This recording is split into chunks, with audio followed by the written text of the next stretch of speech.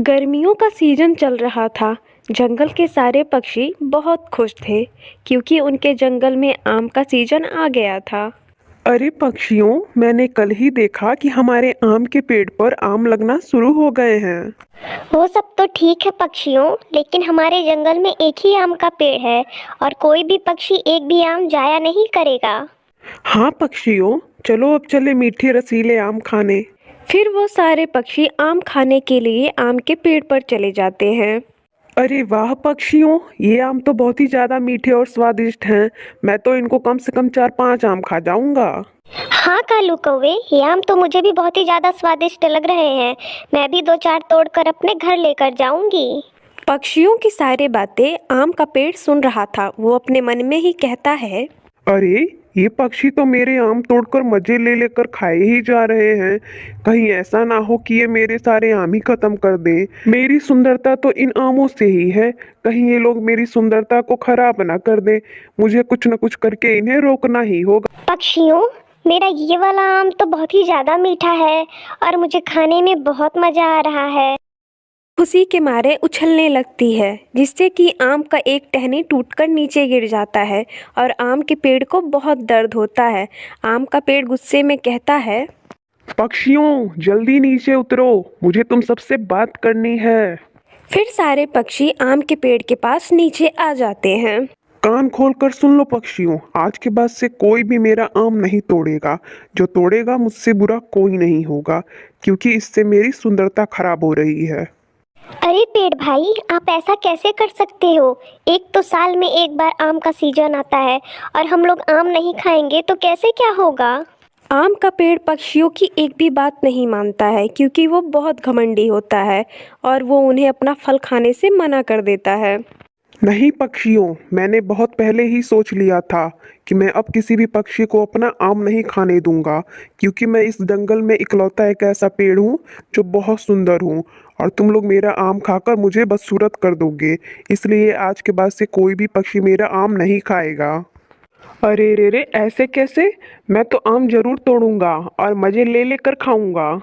अगर किसी पक्षी ने मेरी बात नहीं मानी और मेरे साथ जबरदस्ती की, तो मैं उस पक्षी को नहीं छोड़ूंगा। उसे पेड़ पर से गिरा दूंगा और उसकी हड्डी पसली टूट जाएगी। पेड़ भाई, ये आप हम लोगों के साथ अच्छा नहीं कर रहे हैं। इस जंगल में आग के अलावा हम लोगों को और भी आम देने वाला कोई पेड़ नहीं है। फिर वो सारे पक्षी उदास होकर वहाँ से चले जाते हैं। अगली सुबह राजू कौवा कहता है, ना जाने पापा आम के पेड़ के पास जाने से क्यों मना कर रहे हैं, लेकिन मैं जरूर जाऊंगा और मीठे मीठे आम भी जरूर खाऊंगा। ये कहकर राजू कौवा आम के पेड़ के पास चला जाता है और उसका एक आम तोड़ लेता है। लेकिन आम के पेड़ को ये सब देखकर बहुत गुस्सा आता है और वो अपने आप को हिलाकर उसको गिरा देता है और राजू कौवे को बहुत चोट लग जाती है। ये सब टूनी चिड़िया देख रही होती है। हाय रे आम के पेड़ भाई, तुम कितने जालिम हो। इस छोटे से बच्चे को तुमने गिरा दिया पेड़ से। देखो तो इसे कितनी चोट आई है, लगता है ये बेहोश हो गया है। टूनी चिड़िया, ये सब देखकर तुम सारे पक्षी सीख लो, और कोई भी आइंदा मेरा आम तोड़ेगा तो मैं उसके साथ इससे भी बुरा करूंगा। तुम्हें इसकी सजा जरूर मिलेगी, देख लेना पेड़ भाई। फिर टूनी चिड़िया राजू कौवे को लेकर उल्लू वैद्य के पास जाती है। कालू जी, मैंने आपसे कहा था कि मैं भोजन ढूंढने जा रही हूँ। आप राजू कौवे का ध्यान रखिएगा, लेकिन आप सो गए। सोइए, अब क्या करना है? रानी, मुझे क्या पता था कि मैं सो जाऊंगा तो राजू कौवा उस आम के पेड़ के पास चला जाएगा। सबसे बड़ी गलती तो उस आम के पेड़ की है। वो आम बहुत ही ज्यादा जालिम हो गया है। अब कोई भी उसके पास आम खाने नहीं जाएगा। जंगल के सारे पक्षी गर्मियों की वजह से परेशान थे। ऊपर से उन लोगों को आम खाने को नहीं मिल रहा था। टूनी चिड़िया उदास होकर अपने घोंसले में बैठी थी। तभी उसकी नज़र जमीन पर पड़ती है। अरे ये क्या, मेरे घोंसले के नीचे ये कौन सा पौधा निकल रहा है? चलो जाकर देखती हूँ। फिर टूनी चिड़िया उस पेड़ के पास आती है। अरे ये तो आम का नन्हा सा पौधा लग रहा है। अगर ये पौधा आम का पेड़ बन जाए तो हम पक्षियों को आसानी से आम मिल सकेगा। मैं इसकी सेवा करती हूँ ताकि उस घमंडी आम के पेड़ को भी पता चले कि इस जंगल में और भी आम के पेड़ हैं। ये बात मैं सारे पक्षियों को बताती हूँ और उन्हें यहाँ लाती हूँ। ये कहकर टूनी चिड़िया सारे पक्षियों को बुलाने चली जाती है और थोड़ी ही देर में उन पक्षियों को लेकर आम के पौधे के पास आ जाती है। ये देखो पक्षियों, मेरे घोंसले के नीचे आम का पौधा है। मुझे इसकी सेवा करके इसको पेड़ बनाना है। अरे वाह टूनी चिड़िया, मैं तो बहुत ही ज्यादा उदास था, लेकिन अब इस नन्हे आम के पौधे को देखकर मैं खुश हो गया हूँ। हाँ पक्षियों, अगर हम सब मिलकर इस पेड़ की सेवा करें तो ये पेड़ कुछ ही सालों में बड़ा हो जाएगा और हमें मीठे मीठे रसीले आम खाने को देगा। हाँ टूनी चिड़िया, तुम सही कह रही हो। अगर ये पेड़ बड़ा हो गया और हमें मीठे रसीले आम देने लगा तो हम लोगों की किस्मत ही खुल जाएगी और उस घमंडी आम के पेड़ को भी पता चलेगा। फिर क्या था, सारे पक्षी मिलकर उस पेड़ की सेवा करने लगे और उसे समय समय पर पानी देने लगे। और दूसरी तरफ वो घमंडी आम का पेड़, जिसे कोई भी पानी नहीं देता था।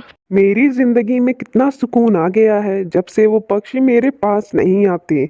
बस एक चीज की कमी है कि मुझे पानी नहीं मिल पाता है। मैं बहुत प्यासा हूँ। वो पक्षी होते थे तो मुझे पानी भी ला कर देते थे, पर कोई नहीं, मैं अभी मजबूत और सुंदर हूँ। मुझे पानी की जरूरत नहीं है। मैं ऐसे ही ठीक हूँ। बस आम के पेड़ को इसी बात का घमंड था कि वो जंगल में सबसे ज़्यादा सुंदर पेड़ है। इसी तरह कुछ समय बीत जाता है, कुछ साल गुजर जाते हैं। पक्षियों की मेहनत रंग लाती है और वो छोटा सा आम का पेड़ अब बड़ा हो जाता है और उसमें मीठे मीठे रसीले आम लग जाते हैं। पेड़ भाई, आपके आम तो बहुत ही ज़्यादा मीठे और स्वादिष्ट हैं। हमारी मेहनत रंग लाई। पक्षियों, मैं तुम लोगों का बहुत धन्यवाद करता हूँ कि तुम लोगों ने मुझे इतने छोटे से लेकर अब तक इतना बड़ा कर दिया है। मैं तुम लोगों को फल खाने से कभी नहीं रोकूंगा। तुम लोगों को जितना फल खाना है उतना खाओ। ये बात सुनकर सारे पक्षी बहुत ही ज़्यादा खुश हो जाते हैं।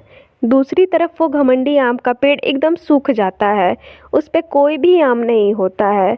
वो बहुत ही ज़्यादा बदसूरत हो जाता है। मैंने उन पक्षियों के साथ बहुत गलत किया था, जिसके कारण वो पक्षी मुझे छोड़कर चले गए और अब तो कोई मुझे पानी भी नहीं देता है, जिसके कारण मैं सूख गया हूँ और बहुत ही ज़्यादा बदसूरत हो गया हूँ। तो मेरे ऊपर आम का फल भी नहीं लगता है। इस जंगल का सबसे बदसूरत पेड़ हो गया हूँ मैं अब। तभी वहाँ से टूनी चिड़िया, कालू कौवा और तोता गुजरते हैं। वो आम का पेड़ उन्हें आवाज़ देता है। अरे पक्षियों सुनो, मुझे तुम लोगों से बात करनी है, यहाँ मेरे पास आओ। फिर वो सारे पक्षी आम के पेड़ के पास आते हैं। अरे पेड़ भाई, ये आपको क्या हो गया? हम पक्षियों ने आपको कई सालों से नहीं देखा, लेकिन ये आपकी हालत क्या हो गई? टूनी चिड़िया, जब से मैंने तुम लोगों को आम खाने से मना किया, तब से जंगल के सारे पक्षी मुझे छोड़कर चली गए और काफ़ी समय से मुझे पानी नहीं मिला है। इस कारण मेरी हालत ये हो गई है और मैं सूख गया हूँ। मैं समझता था कि मैं जंगल का सबसे खूबसूरत पेड़ हूँ, लेकिन अब मैं ही जंगल का सबसे बदसूरत पेड़ बन गया हूँ और ये सब मेरे घमंड के कारण हुआ है। पेड़ भाई, जो आपने हमारे साथ किया उसकी आपको बहुत अच्छी सजा मिल रही है। मैं आपका बुरा व्यवहार कभी नहीं भूल सकता हूँ। पेड़ भाई, आप तो आपको पता चल ही गया ना, अगर हम जैसे पक्षी आपको पानी ना दें तो आप जैसे घमंडी पेड़ भी खत्म हो जाते हैं सूखकर। पक्षियों, मुझे माफ कर दो, मेरी मदद करो, मैं बहुत तकलीफ में हूँ। पक्षियों, पेड़ भाई को माफ कर दो। अब इन्हें अपनी गलती का पछतावा है। ठीक है टूनी चिड़िया, हम तुम्हारे कहने पर पेड़ भाई को माफ कर रहे हैं। इस कहानी से हमें ये सीख मिलती है कि घमंड करने वाले हमेशा अकेले ही रह जाते हैं। प्यारे दोस्तों, अगर आपको हमारी कहानी पसंद आई हो तो हमारी वीडियो को लाइक ज़रूर करें।